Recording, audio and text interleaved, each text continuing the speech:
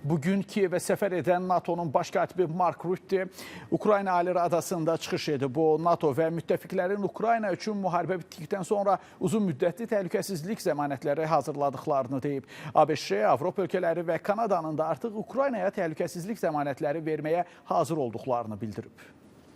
Ukrayna prezidenti Volodymyr Zelenski və NATO'nun baş katibi Mark Rutte müharibədə həlak olan Ukrayna vətəndaşlarının xatirəsinə ucaldılan memorialı ziyarət ediblər. Sonra baş katib Ali Radanın 15-ci sessiyasının açılışında iştirak edib. NATO rəsmisi çıxışı zamanı bildirib ki, alyansın eləcə də müttəfiqlərin məqsədi təkcə Ukraynadakı müharibəyə son qoymaq deyil, həm də gələcəkdə belə bir faciənin təkrarlanmaması üçün real təhlükəsizlik zəmanətləri ilə davamlı və təhlükəsiz bir sülh təmin etməkdir. The members of the coalition of the willing made encouraging progress on these guarantees when they met last month in Paris. Könüllülər koalisiyası bu zəmanətlərin hazırlanması üzərində fəal işləyir və ötən ay Parisdə keçirilən görüşdə artıq irəliləyiş əldə edilib. Müttəfiqlər sülh sazişi əldə edildikdən dərhal sonra təhlükəsizlik mexanizmlərini tez bir zamanda tətbiq etməyə hazırdırlar. Sülhə nail olmaq çətin qərarlar tələb edəcək, lakin Ukrayna sazişlərinin davamlılığına əmin olmalıdır. NATO'nun baş katibi həmçinin qeyd edib ki, əldə edilən sülhün davamlı olması üçün imzalanmış sənədlər böyük dövlətlər tərəfindən həyata keçirilməlidir.